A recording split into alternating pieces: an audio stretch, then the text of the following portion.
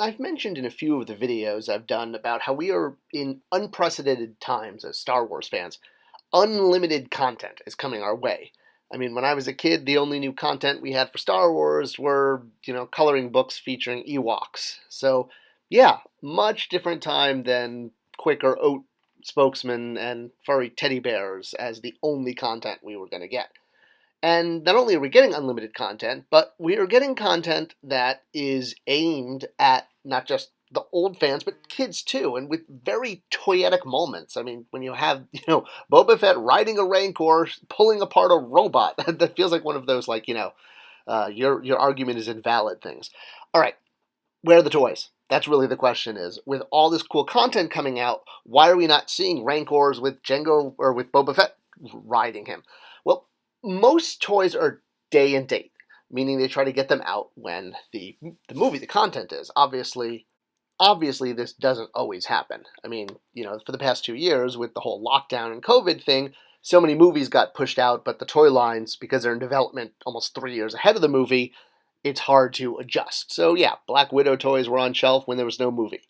Or in the case of an 80s movie, or early 90s, Robin Hood, Prince of Thieves utilized existing tooling, such as superpowers and original Star Wars Kenner figures, in order to get the Robin Hood characters on shelf in time for the movie as a rushed, quick-to-market job. And sometimes the market window is missed, like with the original Star Wars Early Bird kit, which promised characters to fans because Kenner couldn't get figures out into shelves until well a year and a half after the movie, because, no one wanted to bet on Star Wars. As opposed to 95, when Star Wars came back as a toy line with the content now behind it. And in this case, you could now make characters from any of the movies and include action slides with them, because we all know one thing children love are slides. So yes, much easier to have show-to-shelf content when the content is already out there and existing. And sometimes new content, like in the case of the prequels, does get very close show-to-shelf content in a short window, and it really comes down to the objectives of the filmmakers and what they want to share with the toy companies. With Attack of the Clones, everything was shared.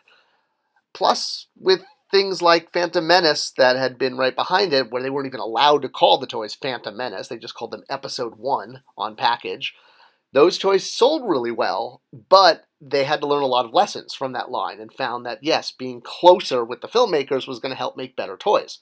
So it's one of the reasons the Attack of the Clones line is actually one of the most movie accurate of all of the prequel lines, because you could tell there was so much interaction between the filmmakers and the toy side.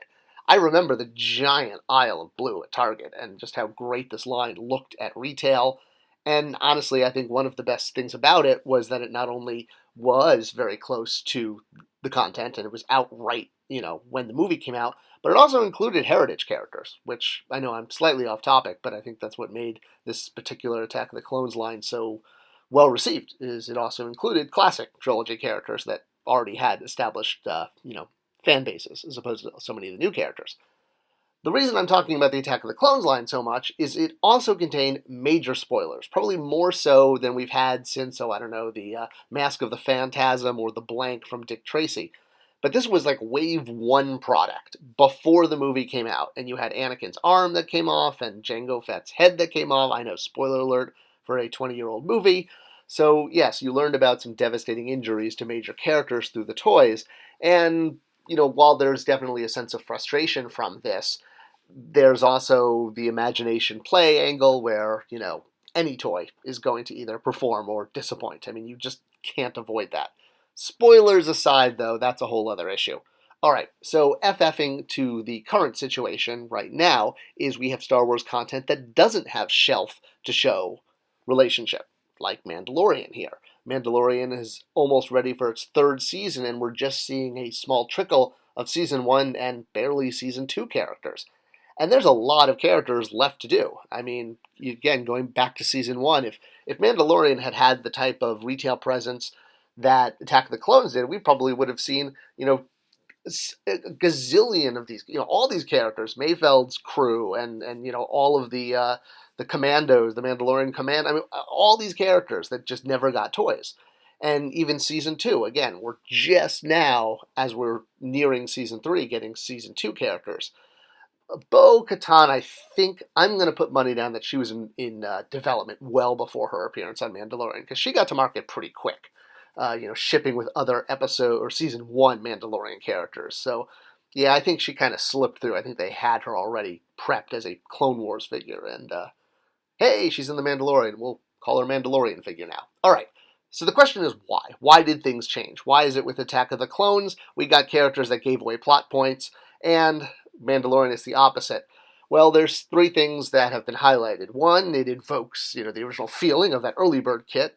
Steve Zansweet has, expanded on this, saying, it really shows customer demand, not a false sense of need. But the real reason is that Jon Favreau, the creator of Mandalorian and the director and showrunner, lead writer, he didn't want them out. He said no. He's the creator, and he specifically said, I don't want any product out there before the show before the show airs. So when you see things like this Bad Batch 4-pack that was sort of rushed to market, we're like, wait, we can't get Mandalorian figures, but we're getting this? Well, this is because there's no new tooling. It's a quick-to-market solution with no tooling. The Mandalorian figures all need tooling. And as customers, as the public is watching The Mandalorian for the very first time, that's the same time that the folks at Hasbro are probably learning about The Mandalorian as well.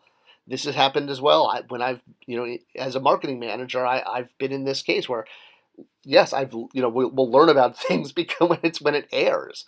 The lag time, therefore, becomes that 2 to 3 year gap it takes to get product to market. If the executives are only learning about the product or the toy makers now, it's going to be some patience before we can get that product to market.